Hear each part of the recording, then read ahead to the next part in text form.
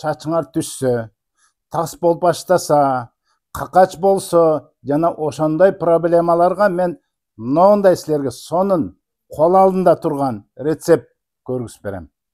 Бизге керек болот 1 чоң кашык оливка, 1 жумуртканын сарысы, 1 чоң кашык чеснок жана 1 чоң кашык бал. Ушудан биз маска жасайбыз. Теркадан чеснокты өткөрөбүз. 1 жумуртканын сарысын кошобуз. Бал кошобуз 1 чоң кашык, жана 1 чоң кашык оливка кошуп, мындай маска болду.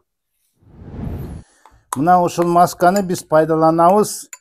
1 жумада 2 жолу чачтын түбүнө шуап чыгабыз. Жана кандайдыр бир салфетка менен же бирдеке жоолук менен салынып 1 саат чыдайбыз. 1 сааттан кийин таза суу менен жууп койсок, бул өтө сонун жылтырап, пышный сонун чачты байкайсыңар.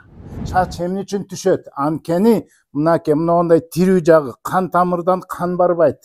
Фолликула деп коет. Мына өзү бир тирүү жагы ушул. Бул жак өлүк жак, чач.